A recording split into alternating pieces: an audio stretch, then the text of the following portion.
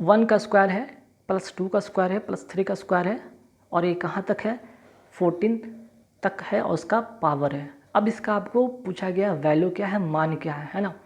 तो आपको इसका एक फार्मूला होता है जिसको आप इसे ज़रूर नोट कर लें, ठीक है। जब आपको यहाँ पे एक कंसेक्यूटिव नंबर होगा 1 2 3 4, और उस पर क्या रहेगा यहाँ पे पावर, उस पर क्या रहेगा पावर, तब कौन सा फार्मूला का यूज़ करेंगे। तो इसके लिए हम कौन सा फार्मूला का यूज़ करेंगे, n प्लस 1, ठीक है, फिर 2n प्लस 1 डिवाइडेड बाई 6। इस फार्मूले को आप नोट कर ले, ठीक है, काफ़ी इंपॉर्टेंट है, इसे नोट कर ले और इस पर वैल्यू को पुट करें, ठीक है। या तो हम ऐसे भी कह सकते हैं कि आप यहाँ पे क्या कीजिए, इसको 14 लिखिए, इसके बाद 14 में के बाद क्या होता है 15 ऐड कीजिए, ठीक है। तो 1 किया 15 ऐड हो गया, फिर इन दोनों को जब ऐड कर दीजिएगा क्या होगा 29 हो जाएगा, और इसको क्या कीजिए 6 से डिवाइड करिए, ठीक है।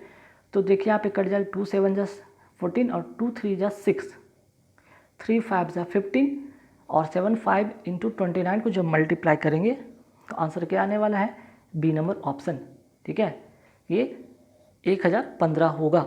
क्लियर। तो ये क्वेश्चन मोस्ट प्रोबेबली है कि एग्जाम में ऐसे पूछे जा सकते हैं। अब आइए नेक्स्ट क्वेश्चन पे आते हैं। नेक्स्ट क्वेश्चन भी काफ़ी इंटरेस्टिंग है और ये भी नियम से बंधा हुआ क्वेश्चन है। अगर आपको 4 का डिविजिबिलिटी रूल, ठीक है, डिविजिबिलिटी रूल अगर आपको पता है तो आप सेकंड में 1 सेकंड में इस क्वेश्चन को आप देखकर बना देंगे, ठीक है। तो मैं 1 सेकंड में कह दूंगा कि ये 2 और 6 होगा, है ना। 2 सेकंड में मैं कह दूंगा क्या होगा इसका आंसर 2 और 6 होगा। क्यों, तो इसकी आप रूल जाने 4 का जो डिविजिबिलिटी जो रूल होता है उसको आप समझ लें यहाँ पे, ठीक है। तो 4 का अगर आपको 4 कोई भी अंक 4 से तब कटेगा, कोई भी नंबर नोट कर लीजिएगा, कोई भी नंबर 4 से तब कटेगा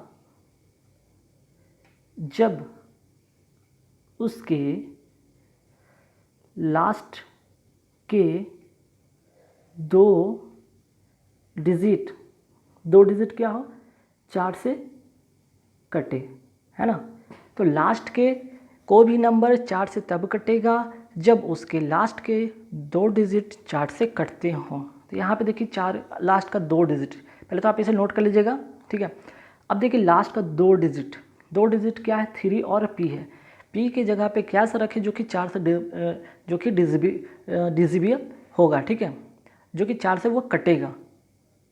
तो 4 से डिविजिबल जो होगा वो अंक यहाँ पे, अगर मैं यहाँ पे 3 की जगह यहाँ पे 2 रखता हूँ 4 से कटता है, अगर यहाँ पे 6 रखता हूँ ये भी 4 से कटता है, लेकिन 4 यहाँ पे 3 की जगह 4 रखूँगा तो 4 से नहीं कटने वाला है, ठीक है, ये और ये कटने वाला है। तो ये हो जाए सी नंबर ऑप्शन, ठीक है।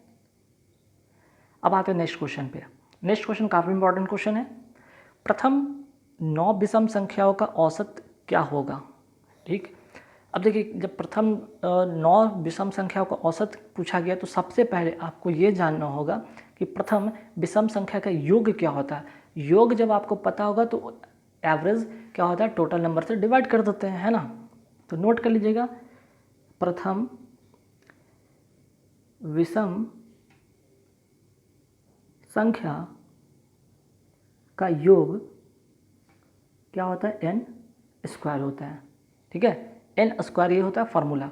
अब यहाँ पे क्या है 9 है, 9 मैंने रखा यहाँ पे, तो 9 का स्क्वायर होगा क्या होगा यहाँ पे 9 का स्क्वायर, तो 9 का स्क्वायर कितना होता है 81, और टोटल अंक कितना होगा 9 होगा, तो 9 से डिवाइड दीजिए, 9 टाइम्स ये कट जाएगा, आंसर होगा 9, ठीक है। अब देखिए इस सेट का, अब ये सेट का जो मिनी मॉक मैंने कहा था कि इस सेट का क्या फ़ायदा होगा, तो देखिए कुछ क्वेश्चन आपको मैंने बताया था कि मैथ से होंगे, कुछ क्वेश्चन आपके करंट अफेयर्स से भी होंगे, कुछ क्वेश्चन जीके जीएस से भी होंगे, ठीक है। अब यहाँ पे जो क्वेश्चन आया 4th नंबर, ये आपका करंट अफेयर्स से है। ये भारत का 25वां, अभी तक भारत में कुल 24 हाई कोर्ट थे, लेकिन जो 25वां हाई कोर्ट कहाँ इसका उद्घाटन हुआ, ठीक है, 25वां जो हाई कोर्ट का कहाँ पे उद्घाटन हुआ है इसकी बात हो रही, तो या फिर कहाँ पे बना है, आंसर होगा आंध्र प्रदेश, ठीक है, आंध्र प्रदेश होगा। और इसके जो पहले मुख्य न्यायाधीश नियुक्त किए गए हैं इसके पहले नोट कर लीजिए, ये भी इंपॉर्टेंट क्वेश्चन है। पहले मुख्य न्यायाधीश कौन बने भाई? काफ़ी इंपॉर्टेंट क्वेश्चन है, पूछा जा सकता है एग्जाम में। आंसर होगा विक्रम नाथ। ठीक है, विक्रम नाथ आंध्र प्रदेश के पहले जो अभी जो आंध्र प्रदेश में हाईकोर्ट बना 25वां हाईकोर्ट, उसके जो पहले मुख्य न्यायाधीश बने हैं वो हैं विक्रम नाथ को नियुक्त किया गया। क्लियर? चलिए आगे सवाल पे आते हैं। वर्ष 2019-20 के लिए नैस्कॉम के अध्यक्ष किसे नियुक्त किया गया है? 2019-20 के लिए तो इनका जो नाम है वो उनका नाम है केशव मुरुगेश। 2019-20 के लिए नैस्कॉम के अध्यक्ष नियुक्त किए गए हैं। अगर इंग्लिश में इसे लिखा जाए तो कैसे लिखा जाएगा? नोट कर लीजिएगा, NASSOM। ठीक है, नैस्कॉम। अब इसका फुल फॉर्म ही नोट करना चाहे तो नोट कर ले, नेशनल एसोसिएशन ऑफ सॉफ्टवेयर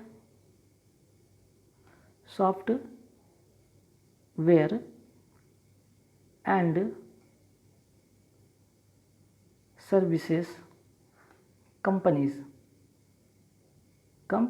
ठीक है, तो 2019-20 के लिए नैस्कॉम के जो अध्यक्ष नियुक्त किए गए उनका नाम है केशव मुरुगेश। ठीक, और इसके पहले अगर हम बात करें 2018-19 के, ठीक है, अगर 2018 और 19 की अगर बात करें तो 18-19 में कौन थे? हो सकता है सवाल आपका रेलवे में पूछ दिया जाए कि भाई 2018-19 के जो नैस्कॉम के अध्यक्ष कौन थे? तो इनका नाम था ऋषद प्रेमजी। ठीक है, ऋषद प्रेम जी। ठीक है, ये दो इंपॉर्टेंट इसमें का क्वेश्चन है। एक तो नैस्कॉम का यहाँ पे फुल फॉर्म पता चल गया। 2019-20 के जो भी वर्तमान में जो नियुक्त किए गए हैं उनका नाम है केशव मुरुगेश, और 2018-19 के जो थे वो थे ऋषद प्रेम जी, है ना। इंपॉर्टेंट क्वेश्चन में से एक है। चलिए अब आते हैं यहाँ पे कुछ जीके का सवाल भी ले लेते हैं जो कि साइंस से रिलेटेड है। और यहाँ पे कहा गया कि BCG टीका में जी का मतलब क्या होगा, जी का अर्थ क्या होगा? ठीक है, तो सबसे पहले मैं BCG का यहाँ पे मैं फुल फॉर्म ही लिख देता हूँ, नोट कर लीजिएगा। ठीक, यहाँ पे BCG का पहले मैं यहाँ पे जो फुल फॉर्म है वो लिख देता हूँ, आप उसे नोट कर लीजिए। ठीक है, बैसिलस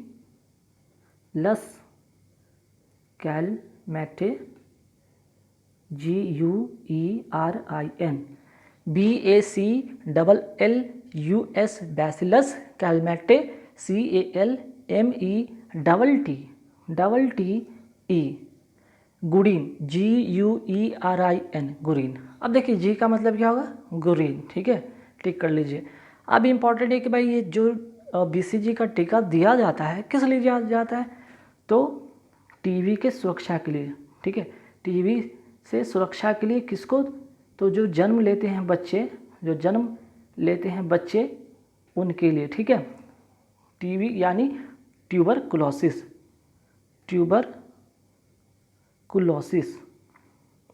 है ना। तो ट्यूबरकुलोसिस से सुरक्षा प्रदान करने के लिए जो जन्म लेते हैं बच्चे उनको BCG का टीका दिया जाता है। ठीक है, और इस टीके का जो प्रोड्यूस किया गया था या इस टीके का जो आविष्कार किए थे उनका नाम था एल्बर्ट कैलमेट्टी एंड कैमलिन गुरीन। तो ये कैलमेट्टी से इनका जो है बना था, इनका नाम था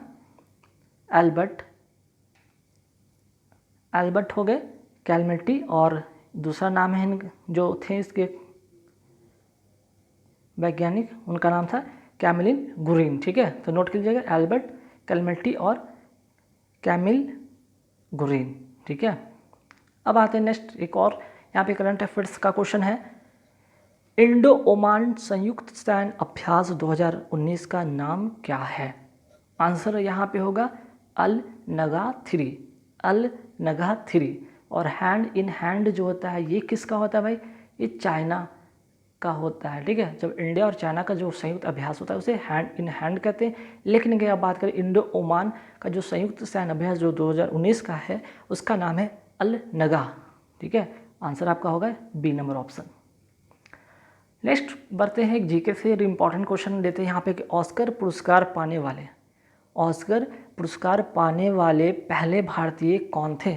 इनका नाम है भानु अथैया। ठीक है, नेक्स्ट क्वेश्चन है काफ़ी इंपॉर्टेंट, ये भी क्वेश्चन है, ये साइंस से इंपॉर्टेंट क्वेश्चन बन जाता है और इसमें काफ़ी सारे जो चारों ऑप्शन है उन सभी का भी यहाँ पे मतलब जानेंगे, क्योंकि ज़रूरी नहीं कि आपका सापेक्ष आर्द्रता मापी जाती है वो कौन सा यहाँ पे डिवाइस है। ठीक है, ऐसा नहीं है, बल्कि आपको बैरोमीटर का क्या यूज़ करते हैं, ये किसके लिए यूज़ किया जाता है या किससे क्या मापा जाता है, इन सारी चीज़ के बारे में जानेंगे। तो सबसे पहले सापेक्ष आर्द्रता जो मापी जाती है वो क्या मापी जाती है, इससे जो सापेक्ष आर्द्रता मापी जाती है उस डिवाइस का नाम है हाइग्रोमीटर। ठीक है, हाइग्रोमीटर से क्या मापा जाता है, सापेक्ष आर्द्रता, आंसर ये हो जाएगा आपका। लेकिन अगर हम बात करें लैक्टोमीटर से क्या मापा जाता है, तो लैक्टोमीटर का होता है ये दूध का घनत्व, इससे मापते। ठीक है, दूध का घनत्व इससे मापा जाता है। बैरोमीटर वायु के दाब को मापा जाता है। ठीक है, वायु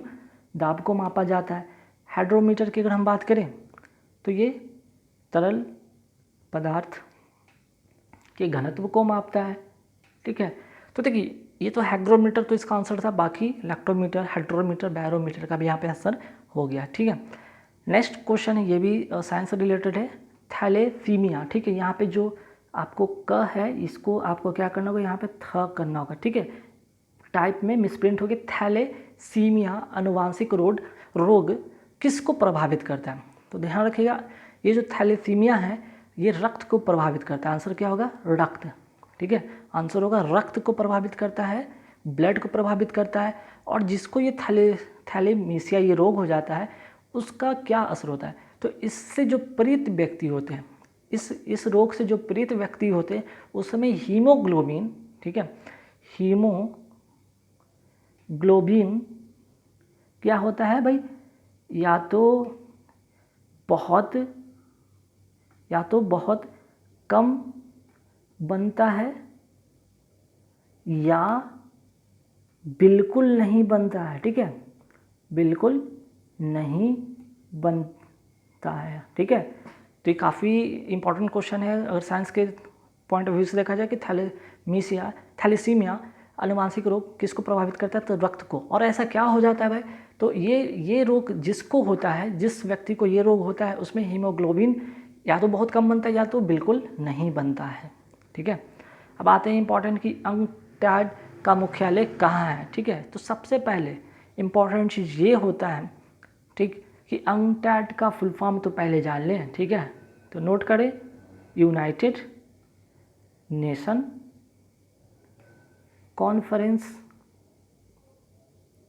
conference on trade and development.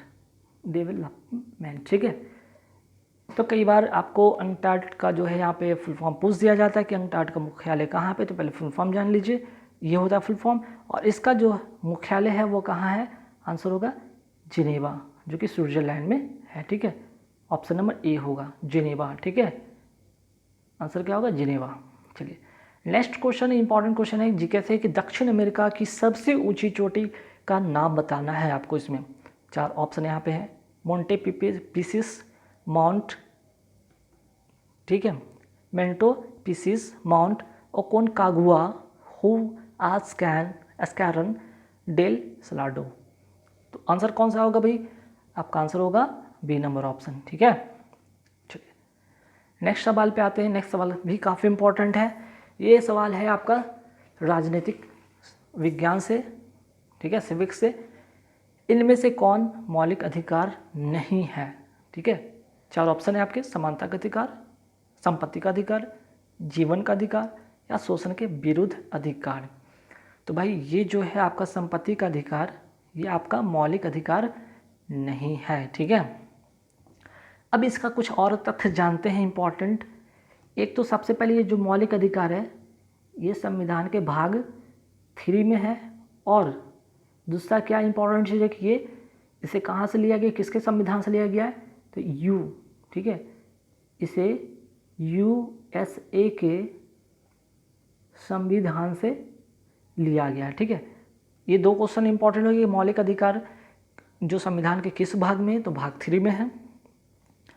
कहाँ से लिया गया है, USA मीन्स कि अमेरिका के संविधान से लिया गया है।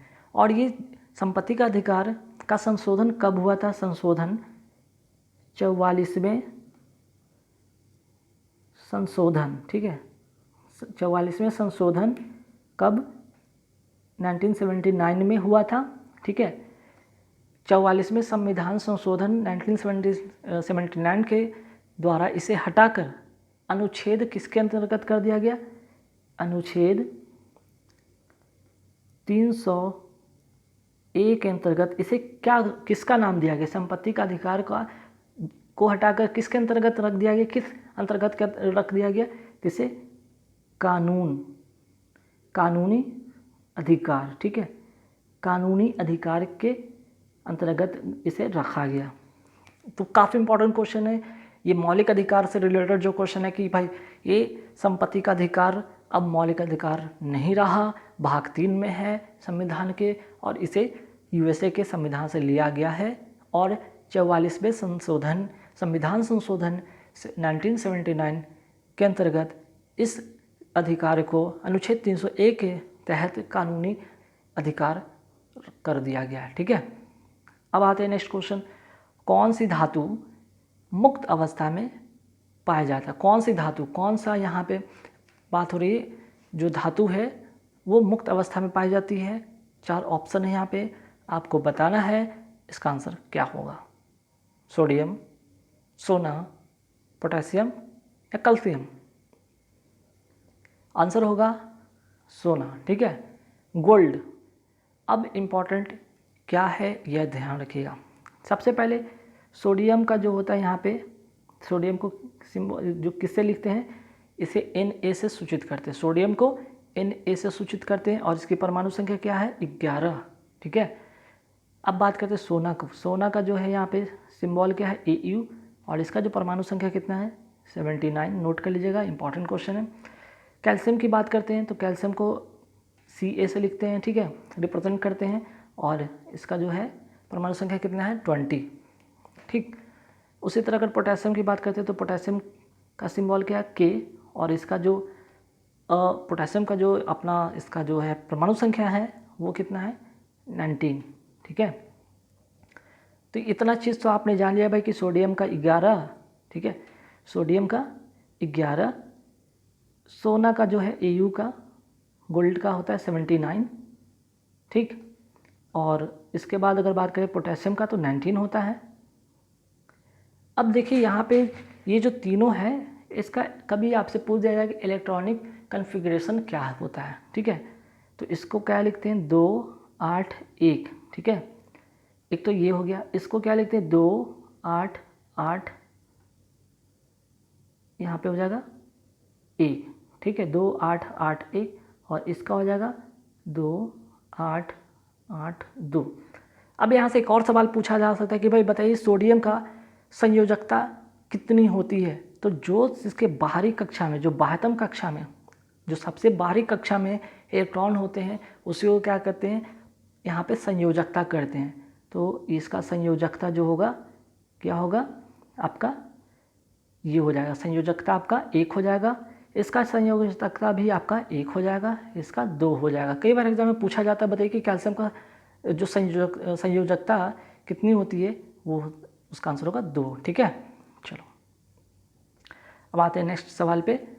ये भी इम्पॉर्टेंट सवाल है, और एग्ज़ाम पॉइंट ऑफ व्यू से क्या इसको कहा जाता है? Number series. ये क्वेश्चन कौन से? नंबर सीरीज के क्वेश्चन है, एग्ज़ाम में पूछे जाते हैं, ठीक है। तो देखते हैं यहाँ पे नंबर सीरीज में क्या गया है। देखिए सबसे अंक अगर देखा जाए तो 59 से शुरू होता है, 110 101 पे जाता है। इन सब के बीच में गैप काफ़ी कम है। अगर गैप काफ़ी कम है, या तो प्लस होगा या फिर माइनस करना होगा, मीन्स कि चाहे तो जोड़ना होगा या घटाना होगा, बस यही 2 केस हो सकता है। तो यहाँ पे अगर हम देखें कि इन दोनों का अगर डिफरेंस देखा जाए, कितना हो रहा है? 9 का डिफरेंस जा रहा है, ठीक है। इन दोनों का डिफरेंस देखा जाए तो 10 का डिफरेंस जा रहा है। इन दोनों का डिफरेंस 11 का है, मीन्स कि 11 बढ़ा तो 89। इसमें देखें तो 12 बढ़ा, मीन्स कि 9 से 10, 10 से 11, 11 से 12 बढ़ता है तो 101 हो जाता है। तो सीरीज कैसे चल रहा है भाई? 9, 10, 11, 12, तो अब की क्या आएगा भाई? 9, 10, 11, 12 के बाद अब की तो भाई 13 आएगा ना। तो 101 में आप 13 को ऐड करिए, कितना आएगा? 114, 114 आंसर होगा। क्लियर? चलिए अब इसका भी क्वेश्चन आता है भाई कि आपको दे दिया जाएगा रेशियो प्रोपोर्शन का जो यहाँ पे रीजनिंग में इस्तेमाल किया गया है। क्या क्या आगे देखिए यहाँ पे एक नंबर दिया गया, उसके बगल में लिखा गया 92, या तो इन तीनों को जोड़कर यहाँ पे लिखा जाएगा या फिर इसका स्क्वायर यहाँ पे हो सकता है, चाहे यहाँ पे मल्टीप्लिकेशन हो सकता है, चाहे एडिशन हो, कुछ भी हो सकता है। तो आपको यहाँ पे अपना लॉजिक का यूज़ करना पड़ेगा। तो यहाँ पे देखा जाए कि 368 का जो है ये, इसके अगर हम भाग देते हैं तो भाग अगर हम यहाँ पे 4 से देते हैं, ठीक है, तो यहाँ पे 4 नंबर का 36 और 4 दोनों का 8, 92 आता है। तो कहने का मैं 4 से जब इसमें डिविजिबल किए, डिवाइड दिए तो 92 आता। तो जाहिर सी बात है कि 116 में भी तो आपको 4 से डिवाइड देना होगा। 4 दूना 8, 3 और 4 नंबर 36, आंसर 29 होगा। ठीक है, अब देखिए ये भी इम्पॉर्टेंट अपने हिसाब से काफ़ी इम्पॉर्टेंट है। ठीक, अपने हिसाब से इसलिए हो जाता है कि सबका प्लेस वैल्यू आपको याद रखना काफ़ी इंपॉर्टेंट है। अगर आपको प्लेस वैल्यू नहीं पता, आप प्लेस वैल्यू याद रखिए। सबसे पहले देखिए यहाँ पे Q का प्लेस वैल्यू कितना होता है 17, U का प्लेस वैल्यू होता है 21 और V का प्लेस वैल्यू होता है 22। इसी तरह T का प्लेस वैल्यू होता है 20, X का जो प्लेस वैल्यू होता है वो होता है 24 और Y का प्लेस वैल्यू क्या होता है 25। इतना तो पता हो गया कि Q का प्लेस वैल्यू 17, U का प्लेस वैल्यू 21, V का प्लेस वैल्यू 22, T का प्लेस वैल्यू 20, X का प्लेस वैल्यू 24 और Y का प्लेस वैल्यू 25। अब इन में ज़रा अंतर देखिए, 17 में कितना का अंतर आ रहा है 3 का, मीन्स कि 17 में 3 ऐड करते तो 20 और 20 की प्लेस वैल्यू T है। ठीक है, उसी तरह अगर हम देखें S का प्लेस वैल्यू क्या आता है 19, 19 में हम क्या करते 3 ऐड करते हैं यहाँ पे 3, तो 19 3 22, 22 को 22 होता है, 22 को हम क्या लिखते हैं भी लिखते हैं, है ना। उसी तरह देखिए U में 21 है और 21 में यहाँ पे कितना बढ़ा है 24 में 3 बढ़ा, तो जाहिर सी बात है कि Y का प्लेस वैल्यू कितना होता है। ठीक है, 22 का जो प्लेस वैल्यू था 25 होता है, 25 होता है। तो 25 में 3 ऐड करेंगे तो कितना होगा 28, 28 का मतलब क्या होगा यहाँ पे 28 का मतलब यहाँ पे होगा B। ठीक है, अब उसी तरह C होता है 3, C का प्लेस वैल्यू 3 और 3 में अगर हम 3 ऐड करते तो 6 होता है, 6 का प्लेस वैल्यू होता है F। तो आंसर होगा C नंबर ऑप्शन। ठीक है, चलो देखिए अब ये नेक्स्ट क्वेश्चन काफ़ी इंपॉर्टेंट है। ठीक, ये क्वेश्चन ऑर्डर एंड रैंकिंग से है और ये सवाल तो एग्ज़ाम में आपको आने ही आने एक क्वेश्चन। ठीक है, तो देखिए ऐसे क्वेश्चन को क्या करना होगा, एक फार्मूला आप नोट कर लें कि टोटल जब भी निकालना होगा तो लेफ़्ट प्लस राइट -1 कर दें। ठीक है, इसको और शॉर्ट फॉर्म में लिखना है तो टोटल को कैसे निकालना होगा भाई, लेफ़्ट प्लस राइट -1, ये नोट कर ले फार्मूला। ठीक है, अब क्या क्या है क्वेश्चन में सुनिए, लड़कों की एक पंक्ति में किसी भी तरफ से, ठीक है, लड़कों की एक पंक्ति में किसी भी तरफ से, ठीक है, क्वेश्चन थोड़ा सा यहाँ पे इम्पोर्टेंट, किसी भी तरफ से या किसी भी छोर से, पंक्ति में किसी भी छोर से स्थान क्या है भाई 18वां है, चाहे लेफ्ट से देखा है तो 18वां है, इधर से देखा जाए तो 18वां है, हर हाल में यहाँ पे 18वां है। ठीक है, हर हाल में क्या आ रहा है भाई 18 आ रहा है। तो पूछा गया कि पंक्ति में कितने लड़के हैं, तभी मैं फार्मूला क्या बताया भाई, कुछ नहीं करना है, टोटल निकालना है ना। आपको क्या करना है, लेफ़्ट से कितना 18, राइट से भी कहा रहा है 18 और इसमें 1 घटा दीजिए, 18 दूनी का 36 -1 मीन्स की 35 आंसर हो जाएगा। क्लियर। चलिए नेक्स्ट, अब देखिए यहाँ से क्वेश्चन आपका मिसलेनियस क्वेश्चन आ गया जिसमें कि आपका टाइम एंड वर्क का है और टाइम एंड वर्क का काफ़ी इंपॉर्टेंट क्वेश्चन होता है, एग्जाम में पूछे जाएंगे। ठीक है, कहा गया एक कार्य को पूरा करने में A को 32 घंटे लगते हैं, ठीक है, B को 64 घंटे लगते हैं, ये भी ठीक है, B को 410 रुपये का हिस्सा मिलता है, ठीक है भाई, B को 410 रुपये मिला होगा, तो A को कितना मिला होगा। तो देखिए ऐसे क्वेश्चन में आपको सबसे पहले एफिशिएंसी निकालना होगा। ठीक है, मीन्स कि यहाँ पे अगर हम देखा जाए कि A कितना घंटा काम करता है 32 घंटा, B कितना काम करता है 64 घंटा। अगर दोनों की हम एफिशिएंसी निकालते हैं, ठीक है, पहले तो टोटल वर्क निकालेंगे ना, तभी तो एफिशिएंसी आएगी। तो इसकी जो टोटल वर्क होगा कितना होगा 64। टोटल वर्क यहाँ पे जो है ये क्या है आपका टोटल वर्क है। टोटल वर्क को कैसे निकालते हैं भाई, 32 का और 64 का आप यहाँ पे क्या कर सकते हैं, एलसीएम ले लीजिए, ठीक है। एलसीएम लेंगे तो वो आपको क्या निकलेगा, टोटल ये वर्क हो जाएगा, ठीक है। तो टोटल वर्क तो मुझे निकल गया यहाँ पे। अब जब टोटल वर्क निकल गया भाई, तो यहाँ से एफिशिएंसी कैसे पता चलेगा, तो 32 में 64 से भाग देंगे तो 2 बार में जाएगा, ठीक है, और 64 में भाग देंगे तो 1 बार में जाएगा। तो इसकी एफिशिएंसी 2 और 1 आ गया, ठीक है ना, 2 और 1 आ गया। तो कह रहा है कि यहाँ पे देखिए एफिशिएंसी तो यहाँ पे आ गई, एफिशिएंसी यहाँ पे 2 और 1 आ गई, ठीक है, कि एक दिन में ये 2 यूनिट काम करेगा और एक दिन में 1 यूनिट काम करेगा। और 1 यूनिट का यहाँ पे वैल्यू दिया है 410 रुपया, जो कि बी का है ना, यही तो दिया है ना। तो जब सोचिएगा कि एक किसके बराबर है भाई, एक जो है आपका 410 रुपया के बराबर है। आपसे क्या पूछा है, ए का हिस्सा पूछा है, ए को कितना मिलेगा, ए यहाँ पे 2 है, तो 1 यूनिट का दाम अगर 410 रुपया है, ठीक है, तो 2 यूनिट का क्या होगा, 410 इंटू 2, मतलब यहाँ पे क्या होगा 02, यहाँ पे क्या हो जाएगा 820, ठीक है, यहाँ पे क्या हो जाएगा 820, थोड़ा सा यहाँ पे ठीक कर ले 820। तो ऑप्शन में यहाँ पे 810 हो गया, यहाँ पे 820 कर लीजिएगा, मिसप्रिंट हो गया है, ठीक है। ऑप्शन नंबर ए होगा 820, यहाँ पे आपका आंसर होगा। क्लियर, कैसे निकाला, बहुत आसान से। अगर आप इस पर प्रैक्टिस करते हैं तो 1 सेकेंड में बिना पेन पेपर का भी आप इसे सॉल्व कर सकते थे कि 32 और 64 का एलसीएम तो पता है कि भाई 64 होता है, तो ए को 2 मिला होगा, ए की एफिशिएंसी 2 होगी तो बी का 1 हुआ होगा। एक जो यूनिट है एफिशिएंसी किसके बराबर, 410 के बराबर है। बी जो कि 2 यूनिट है, 2 यूनिट का उसकी एफिशिएंसी है किस, तो 1 बराबर 410, तो 2 के बराबर उसका दुगना मतलब 820 आंसर, ठीक है। देखिए ये भी क्वेश्चन काफ़ी इंपॉर्टेंट है, देखने को लगेगा बड़ा लेकिन बन जाएगा बहुत ही कम समय में। क्वेश्चन को ध्यान रखिएगा, एक नाव जल में 16 किलोमीटर प्रति घंटा की गति से यात्रा कर सकती है। ये है बोट। बोट का यहाँ पे क्या है भाई, आपका स्पीड दिया गया है, ठीक है ना, बोट का स्पीड यहाँ पे दे दिया गया। यदि धारा की गति, अब देखिए यहाँ पे ये करंट की यहाँ पे क्या है, स्पीड दे दिया गया कि करंट का जो है स्पीड इतना है, तब नाव द्वारा धारा की दिशा में मतलब पॉजिटिव साइन, धारा के विपरीत दिशा में मतलब निगेटिव साइन, मीन्स कि घट जाएगा। तो अगर यहाँ पे धारा की दिशा में बोला गया है ना, धारा की दिशा में जिधर धारा बह रहा है उधर नाव भी बह रहा है, ऐसे कंडीशन में क्या होगा, आपका जो स्पीड है, ये स्पीड और ये स्पीड, दोनों स्पीड क्या हो जाएगा, ऐड हो जाएगा, ठीक है, दोनों स्पीड क्या हो जाएगा, ऐड हो जाएगा। तो यहाँ पे जो रिलेटिव स्पीड होगा यहाँ पे वो क्या हो जाएगा, 16 और 8 कितना हो जाएगा, 24, है ना।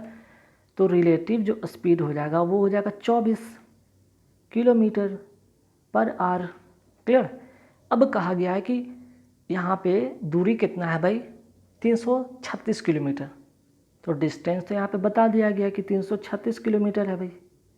अब जब आपको एक चीज़ ध्यान रखिएगा, आपको स्पीड पता हो, डिस्टेंस पता हो, तो क्या समय नहीं निकाल लीजिएगा। तो टाइम का जो फार्मूला होता है, समय का फार्मूला ही होता है भाई, क्या होता है, डिस्टेंस बाय स्पीड, है ना। समय बराबर दूरी बट्टा चाल। दूरी कितना है, 336 किलोमीटर, और आपका स्पीड कितना है, 24 किलोमीटर पर आवर। 24 का पहाड़ा अगर पता है तो आप इसे काट लेंगे। और जो लोग अगर मैथ की तैयारी कर रहे हैं, जो रेलवे में इस बार सिलेक्शन चाहते हैं, वो टेबल कम से कम 50 तक रट लें, ठीक है। तो 24 एकम 24 बच गया 9 और 6, 24 का पहाड़ा में 96 आता है, 4 बार में 14, तो 14 घंटा आंसर होगा। क्लियर। अब आते हैं यहाँ पे क्वेश्चन है, किसी साधारण ब्याज पर एक राशि 20 वर्षों में दुगनी हो जाती है। इसको मैं ट्रिक्स है यहाँ पे बताऊँगा। ये ट्रिक एज ए फार्मूला है, ठीक है। अब देखिए क्या कीजिएगा, आपको क्या बोला गया, रेट निकालने को बोला गया, ब्याज की दर पर, किस ब्याज की दर पर, रेट ही तो पूछा है ना, रेट निकालना है। तो यहाँ पे रेट निकालने के लिए क्या करेंगे, देखिए फार्मूला है कि R बराबर N जो होगा, N माइनस यहाँ पे जो भी होगा दुगना तिगुना, ठीक है, जो भी होगा यहाँ पे देखिए यहाँ पे लिखना होगा r बराबर दुगुना -1/t, ठीक है। तो r बराबर n-1, इसे कर सकते हैं दुगुना को या तिगुना को यहाँ पे क्या लिख सकते हैं आप, n भी लिख सकते हैं, n-1/t, ये फॉर्मूला है, ठीक है, या ट्रिक कह सकते हैं।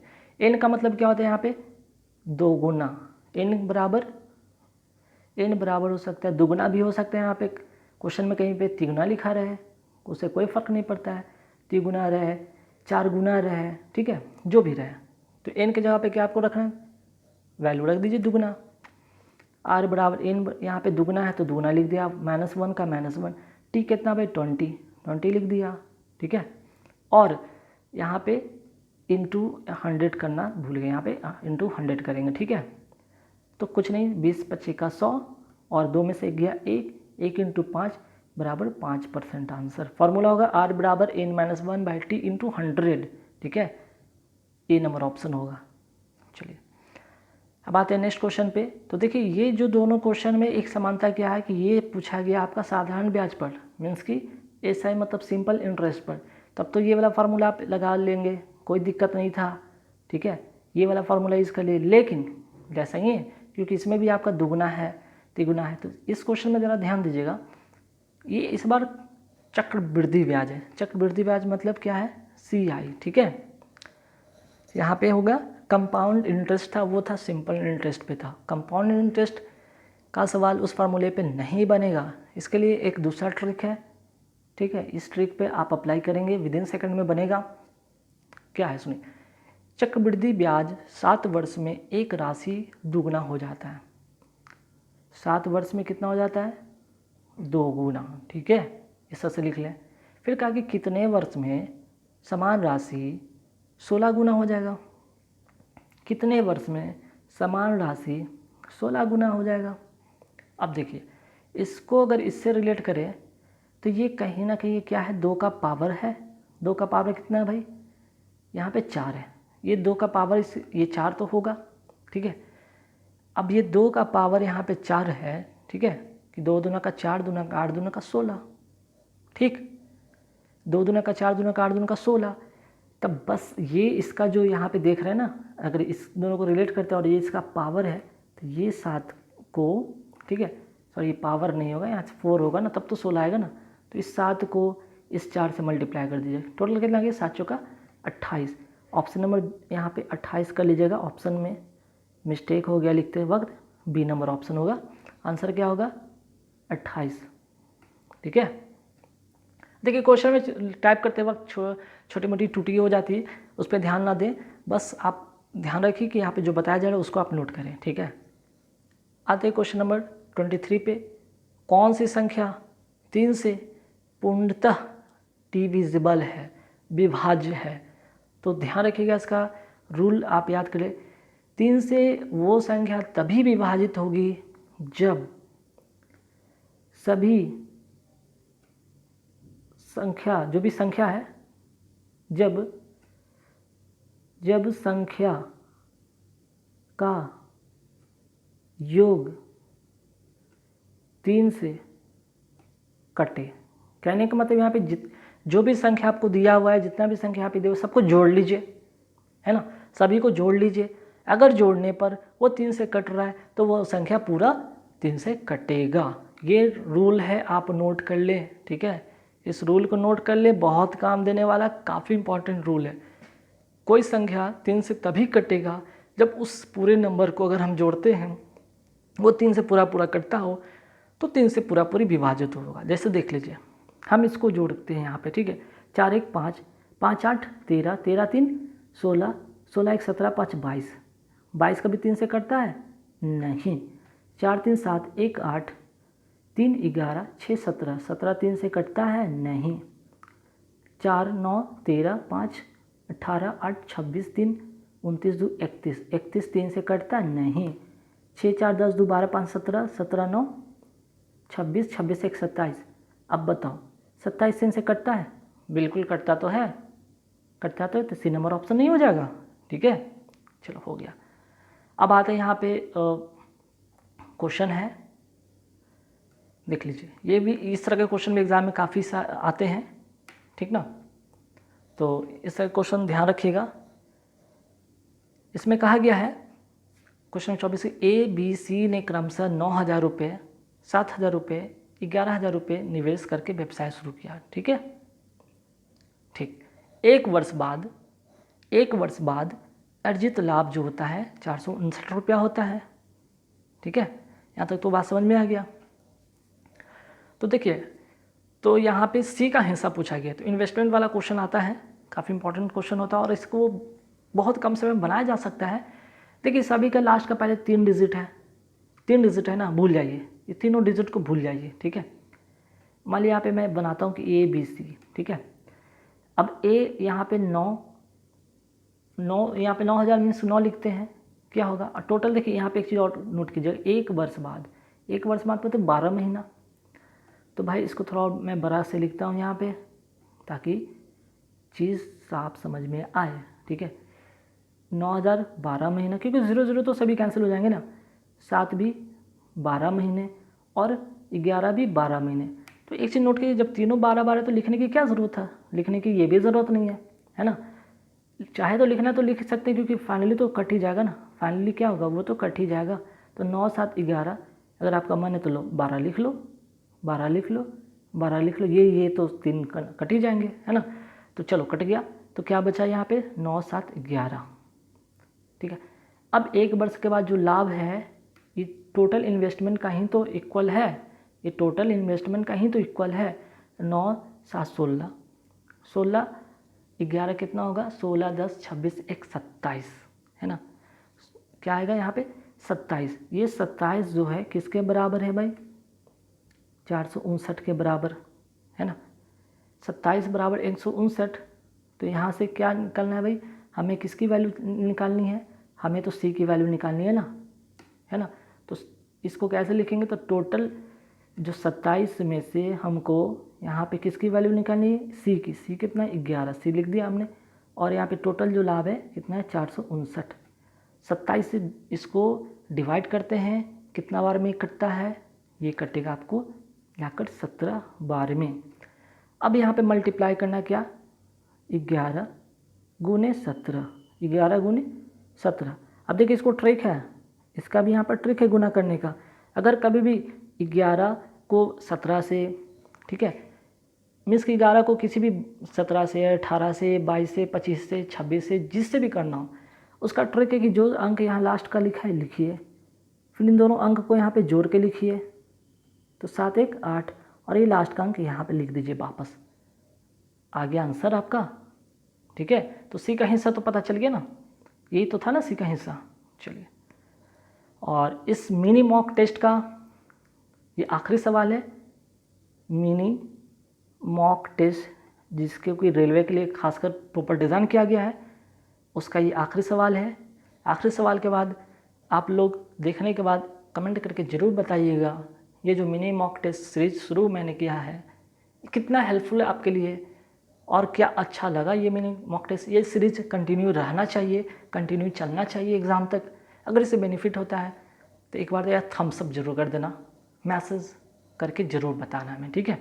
और अच्छा लगे वीडियो तो भाई लाइक ज़रूर बनता है, मेहनत से बताया चीज़ को लाइक करना ना भूले। बाकी चैनल अगर अच्छा लगे तो चैनल को सब्सक्राइब कर लीजिए, डेली आपको यहाँ से चीज़ें मिलती रहेंगी एग्ज़ाम तक, ठीक है। अब देखो यहाँ पे कहा गया कि 125 और 225, है ना। 125 और 225 के बीच कितनी संख्या जो 14 से विभाज्य, मीन्स कि 14 से विभाज्य मतलब वो 14 का मल्टीपल होगा, वो 14 का तो मल्टीपल होगा, है ना।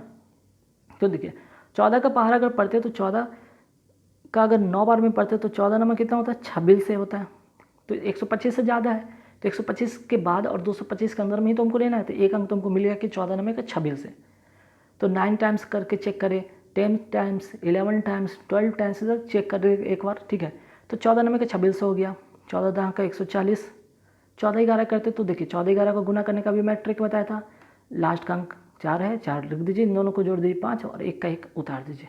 3 डिजिट तो कट रहा है अभी भी, 14 से डिविजिबल हो जाएगा। और ये देखते हैं कि 14 का अगर 12 से भी करेंगे तो देखिए चूँकि 14 का मल्टीपल होगा तो सबसे कटेगा, तो 14 से के 12 से करते हैं मल्टीप्लाई तो 168 ये भी कटेगा। 14 को 13 से करेंगे वो भी कटेगा, है ना। मीन्स कि जितना मल्टीपल है सभी कटेगा, लेकिन वो मल्टीपल को देखना है कि कहाँ तक 225 के पहले ला के छोड़ देना है।